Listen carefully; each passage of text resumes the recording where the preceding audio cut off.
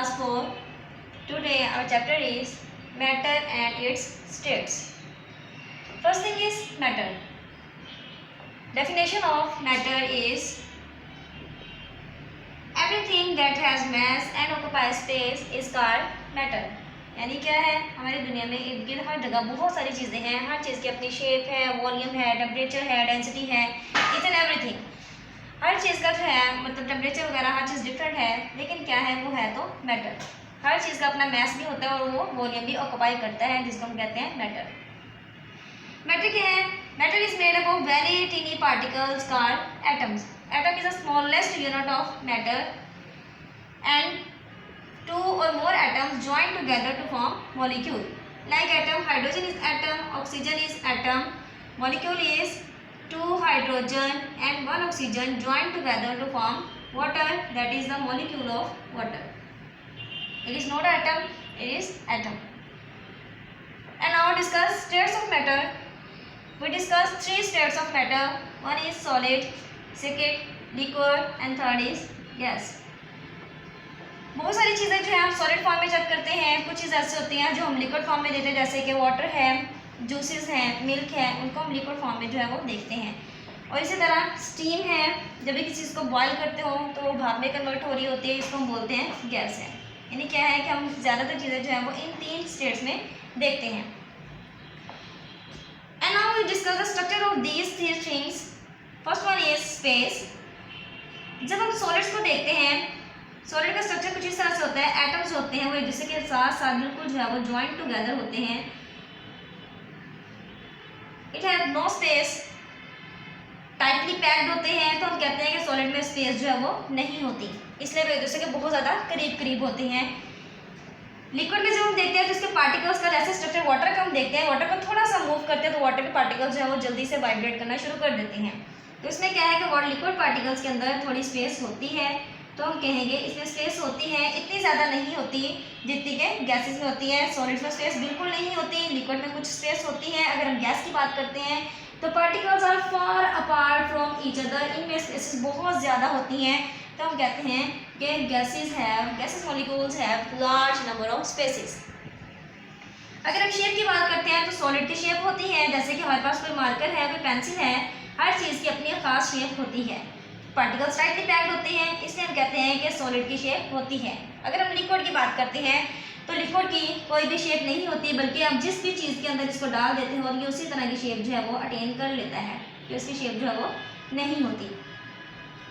अगर हम गैस की बात करते हैं तो गैस की बिल्कुल भी कोई भी शेप नहीं होती, इनमें डिस्टेंस इतना ज़्यादा होता है, फार अपार्ट एक दूसरे से होते हैं, बहुत ज़्यादा दूर होते हैं, तो इसकी कोई भी शेप जो है वो नहीं होती।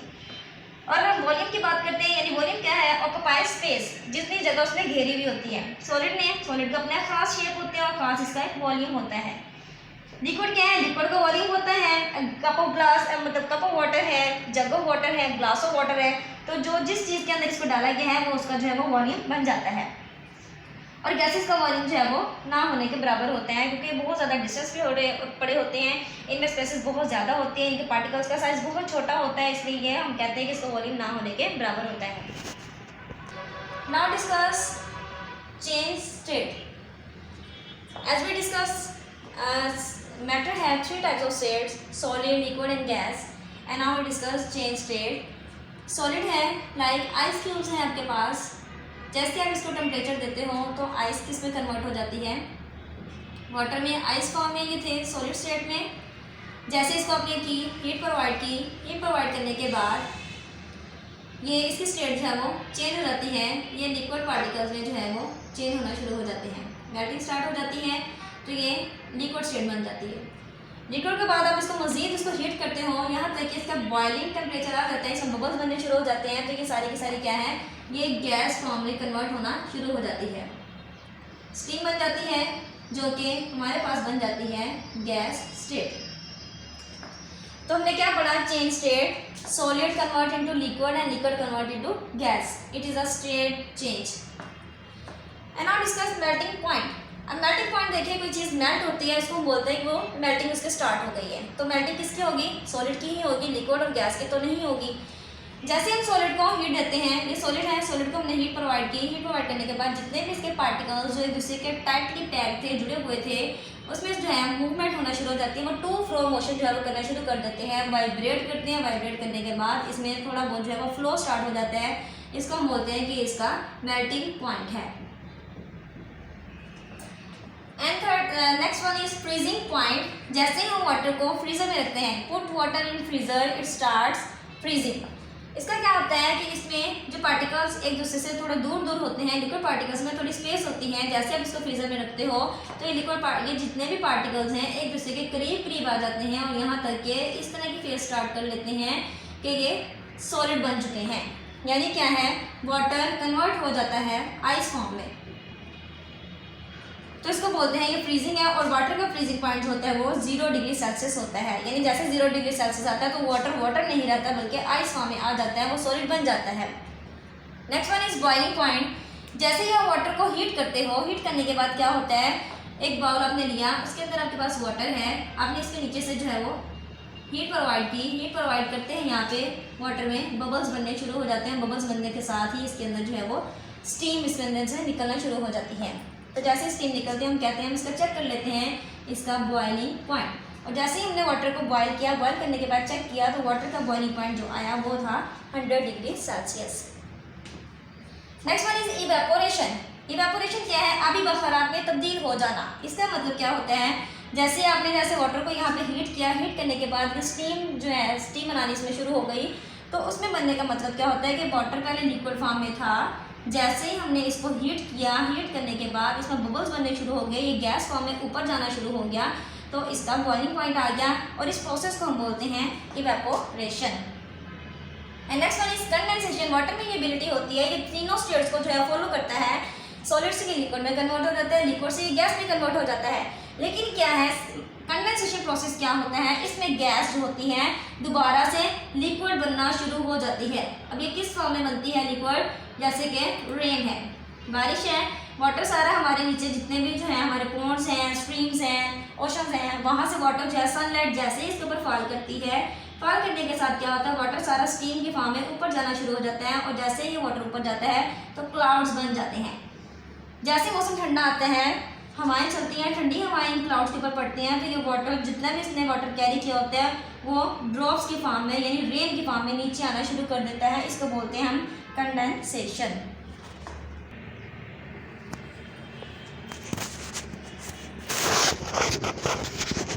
Now topic is mixture. When two or more things mix together form mixture. बहुत सारी डिफरेंट टाइप्स हो सकती हैं। जैसे कि इसके अगर काइंड्स को डिस्कस करें तो फर्स्ट थिंग इज सॉल्यूशन।